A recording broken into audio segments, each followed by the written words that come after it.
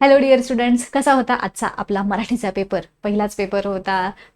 थोडा नर्वसनेस असणार. तुम्ही पहिलीच बोर्ड एक्झाम आज फेस केलेली आहे. कसा वाटला, कसा होता आजचा तुमचा एक्सपिरियन्स मला नक्की सांगा.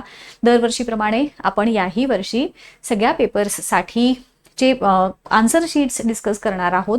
ऑल्सो काही पेपर्सच्या आधी मॅथ्स असेल, सायन्स असेल, इंग्लिशचा मी ट्राय करेन, संस्कृतच्या अशा काही पेपर्सच्या आधी त्या त्या विषयांशी रिलेटेड जे आपले एक्सपर्ट टीचर्स आहेत त्यांच्याशी देखील तुम्हाला मी कनेक्ट करून नक्की देणार आहे यावर्षी. सो चला, तुमचा जास्त वेळ घेत नाही. आता तुम्हाला मध्ये भरपूर वेळ आहे. आय थिंक 25 तारखेला तुमचा दुसरा पेपर आहे सेमी आणि मराठी मीडियमच्या मुलांचा. सो मध्ये 4-5 दिवस वेळ आहे. चला, आता पुढच्या पेपरला लागण्याच्या आधी आपण आजच्या पेपरचं डिस्कशन करू. बरेचदा मला ह्या पेपर डिस्कशनवरून कमेंट्स येत असतात की कशाला उगाच टेन्शन देताय मॅडम, मुलांना भीती वाटते, टेन्शन येते. कसं आहे ना, दोन कॅटेगरीचे स्टुडंट्स असतात. बऱ्याच काही स्टुडंट्सना आपली उत्तर बरोबर आलीत की नाहीत हे एकदा चेक करायचं असतं, क्रॉस चेक करायचं असतं. आणि काही असतात की जाऊ देत, एकदा झालं गेलं, गंगेला मिळालं, अशा ह्याच्यात. सो ज्यांना इंटरेस्ट आहे, ज्यांना जाणून घ्यायचं आहे की ही उत्तरं बाबा आपलं खरंच बरोबर आहे का, तर त्या स्टुडंटसाठी ही सिरीज आपली आहे. ठीक आहे. सो तुमचा जो पहिला प्रश्न आहे विभाग 1 गद्य यामधला, तर उतार्याच्या आधारे वरती तुम्हाला उतारा दिलेला असतो आणि त्या उताराच्या आधारे तुम्हाला हे आकृती पूर्ण करायची. सगळी उत्तरं तुमच्या उतार्यामध्येच दिलेली आहेत, ती फक्त शोधून लिहायची आहेत. मराठी भाषेने आपल्या मानलेल्या इतर भाषा कोणत्या, तर त्याचं उत्तर ह्या पॅसेजमध्ये आहे. आता ह्या पॅसेजमध्ये असणारी उत्तरं इथे मी तुम्हाला एकत्र करून दिलेली आहेत. फारशी भाषा आहे, अरबी भाषा आहे, कन्नड आणि इंग्रजी, अशा 4 भाषा इथं दिलेल्या आहेत. त्यानंतर संस्कृत पण आहे, तेही तुम्ही लिहू शकता. त्यानंतर भाषेतली गंमत जाणून घेण्याचा एक मार्ग शब्दांची व्युत्पत्ती शोधणे, हे त्याचं उत्तर आहे. चौकटी पूर्ण करा असं दिलंय, मग पूर्ण कराच्या तिथे तुम्ही हे पूर्ण वाक्य लिहिणं उत्तर हे अपेक्षित आहे. नसेल लिहिलं, उत्तर लिहिलं असेल तरी तुम्हाला मार्क मिळतील, बट आयडियली पूर्ण कराचा अर्थ काय असतो, ते वाक्य लिहून पूर्ण करण्याचा. नदीसारखी प्रवाही काय आहे, तर भाषा आहे.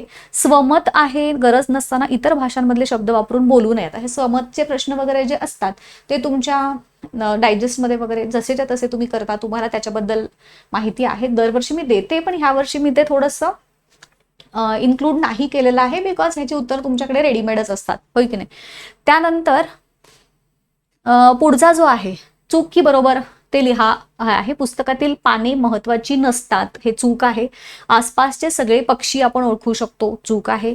आपल्या घराभोवती झाडी असणे महत्वाचे आहे, ऑब्व्हियसली बरोबर आहे. आणि आपला देश निसर्ग संपन्न होऊ शकेल, हे बरोबर आहे. स्वमतचा अगेन तो आपण घेत नाही. अपठित गद्यांशावर आधारित असलेला हा प्रश्न अधिक देण्याच्या किंवा करण्याच्या वृत्तीमुळे होणारे फायदे कोणते आहेत असं विचारलेलं आहे.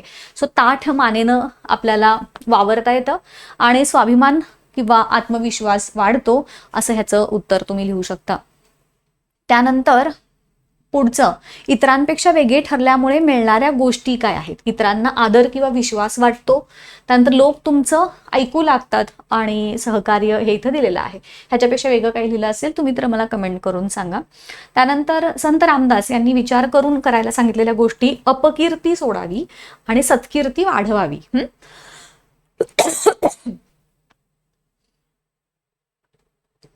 कधीही करू नयेत अशा गोष्टी, याच्यामध्ये परपीडा करू नये, सत्संग सोडू नये, पैज लावू नये आणि पुरुषार्थ सोडू नये, अशा ह्या 4 गोष्टी दिलेल्या आहेत. काव्य सौंदर्यामध्ये संत मोरोपंतांची कविता आहे आणि दुसरी जी आहे ती नीरजांची. विषय आहे सज्जन, दुसरेच आहे स्त्री पुरुष. ते आवडण्याची किंवा न आवडण्याची कारणे, माणसाचे महत्व, समानता, हे त्याचे उत्तर आहेत. त्यानंतर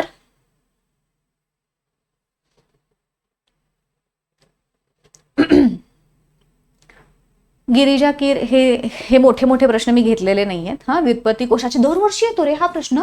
व्युत्पत्ती कोशाचे कार्य दरवर्षी तुम्हाला येतो हा, होय की नाही. त्यानंतर हे तर तुम्ही केलं असेल. नील कमल कर्मधारय समास आहे का बघा. नवरात्र द्विगु समास आहे का बघा.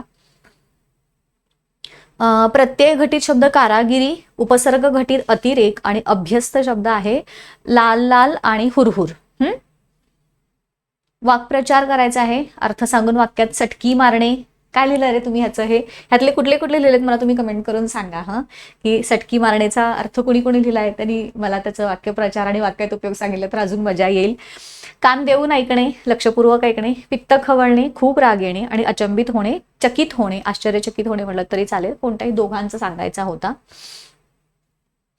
शब्दसंपत्ती, घर, समानार्थी शब्द तुम्ही खूप सारे लिहू शकता, सदन आहे आणि अजून काय काय तुम्ही कमेंट करून सांगा मला.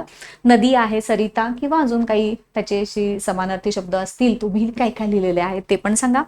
विरुद्धार्थी शब्द, रात्र, दिवस, हजर, गैरहजर. पुस्तक, वचन बदला आहे हा, हे पुस्तक, पुस्तके आणि झाड, झाडे. अर्थपूर्ण शब्द तयार करायचे आहेत. इमानदार पासून, त्याच्यात तुम्ही काय काय केलं तर इथे इमान आणि दार सोडून करायचे आहेत.